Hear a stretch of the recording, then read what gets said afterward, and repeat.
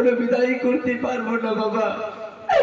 আজ তোমায় আমি আঁচলে লুকিয়ে রাখবো, তোমার পিতাকে আমি আমার কাছ থেকে তোমায় নিয়ে যেতে দিব না বাবা।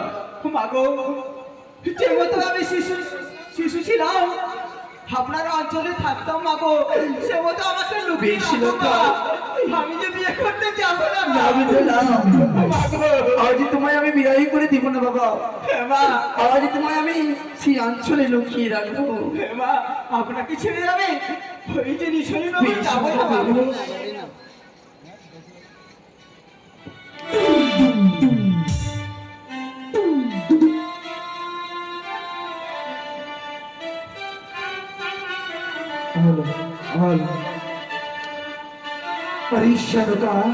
স্বামী গো, এই যে আজ তুমি শুভ কাজে আবার বিলম্ব কেন করছো?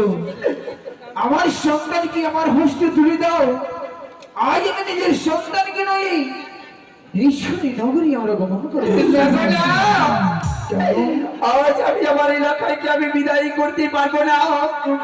কেননা এক এক করে আমি 6 পুত্রকে বিদায় করেছিলাম, দিয়েছিলে আমায় তুলে দিয়েছিলে। আজ আমার 10টি নাই 5টি নাই, স্বাধীন আমার একটি এলাকায় আজ আমি বিদায় করে দিতে পারবো না গো, পারবো না। এই সত্যই বলেছিস সোনকা। আজ আমি যদি তুই বিদায় যদি না করো, এই যে আমি সদাগরকে আমি কথা দিয়েছি, তাহলে তুমি বলো আজ আমার উৎস কথা নিশ্চয় হয়ে যাবে। আজ আমি যদি কথা দিয়ে আবার যদি নিজের সন্তানকে নিঃস্বামী নগরী গমন যদি না করি, তাহলে কি বলবি সোনকা? তবে আজ তোকে আমি কথা দিচ্ছি, তুমি সন্তানকে আমার হস্তে তুলে দাও। আমার এই সকাল হলে সত্যই আমি তোমার সন্তান নই, তাহলে তুমি জানো তোর পুত্র এবং তোর পুত্র আমি তোমার হস্তে তুলে দেবো। তাই হবে কেন? তাই যদি হয়ে থাকি তবে এক বছর দিব আমি আমার পুত্রকে তোমার হস্তে। তবে সকাল হতে গেলে আমার পুত্র মধ্যে কি তোমায় আমার হস্তে তুলে দিতে হবে। তাই হবে সোনকা। বেশ ওরে লক্ষায়, আজ রাত্রি পারলাম না বাবা, পারলাম না। তোমায় আমি রাত্রি পারলাম না বাবা। মাগো, আমায় বিদায় করো মা। আপনি আমায় হাসি মুখে বিদায় করো মা, যেন আমি নিছড়িতে যেতে পারি মা। মাগো, মাগো মা।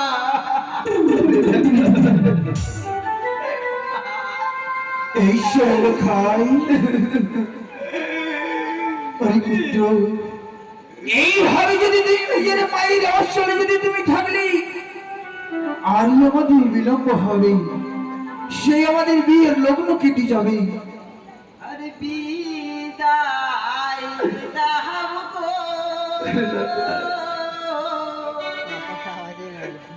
ও মোর মা জানানি,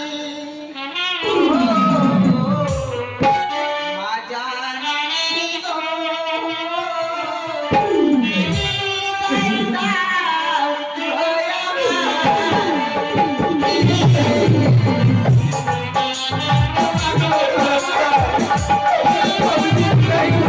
ছিলাম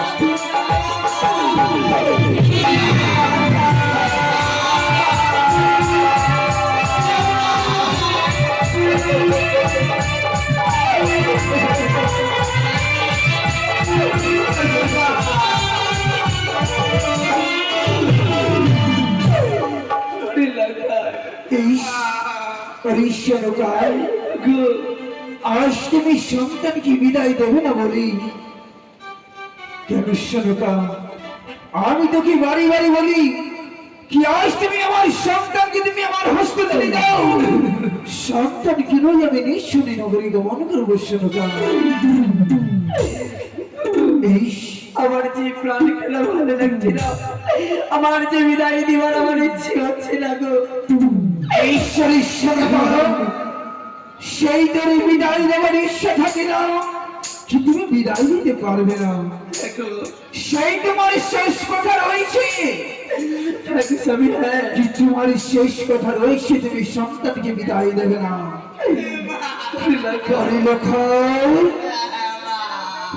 আজ তুমি নিজের মায়ের কোলে তুমি লুকিয়ে থাকলে তোকে ছেড়ে দেবো, আজ তোকে যেতেই হবে লোখাই।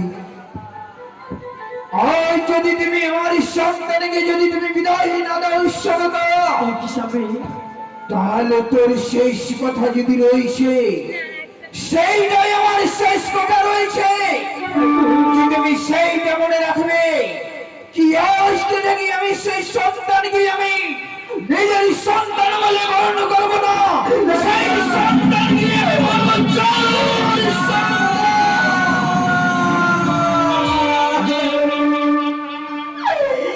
তোমার সাজা দিও না গো, দিও না।